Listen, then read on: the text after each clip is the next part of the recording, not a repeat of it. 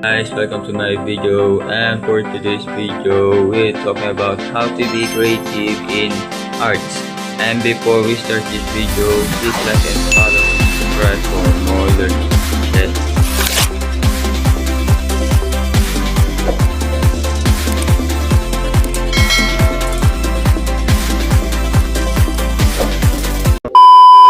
Sa video ito, aalamin natin kung paano nga ba maging creative sa art. Pag-usapan yan, matanong ko lang kayo, magaling ba kayo mag-drawing? Kung oo, edi wala kayong problema.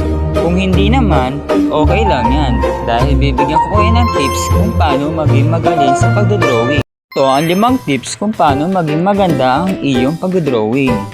Number 1, gumamit ng light sketching. Ito, kailangan magaan ka magsulat at simula mong gumamit ng magaan na linya at madali mo siya mabura at maiwasan ang maruming papel. Number 2, hatiin sa simpleng hugis.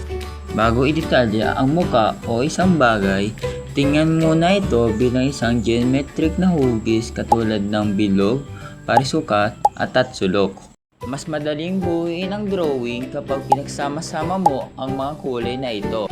Number 3, paggamit ng tamang lapis at shading. Ito ay mahalaga dahil ito ay nagbibigay buhay sa mga painting. Pero ito ay dapat ginagamitan ng mga malalambot na lapis.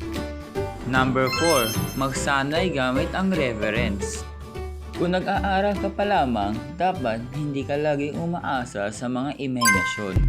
Dapat gumamit ka rin ng mga totoong larawan o mga bagay sa paligid bilang mga gabay. Ito ay makakatulong upang makuha ang tamang proportion, detalye at anggulo.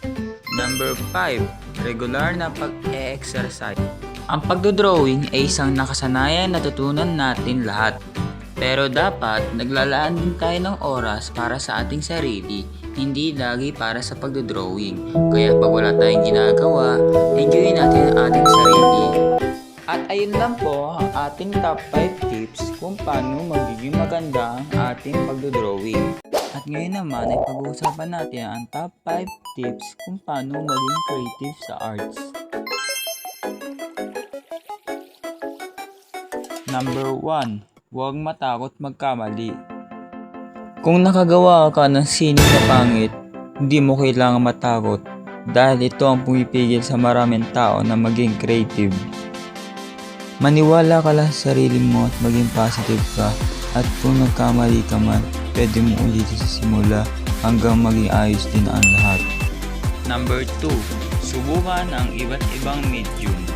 Kung nakasanayan mo ang pag-drawing gamit ang lapis pero naboboring ka na, bakit hindi mo subukan ang iba't ibang pangkulay upang mas maging creative ka sa arts? Kagaya na watercolor, acrylic charcoal at digital art.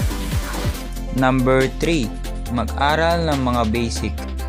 Mahalaga pa rin na matutunan mo ang pundasyon tulad ng color theory or paghahalo ng kulay. Ito ay dahil upang mas madali kang makabuo ng estilo mo sa pagdodrawing.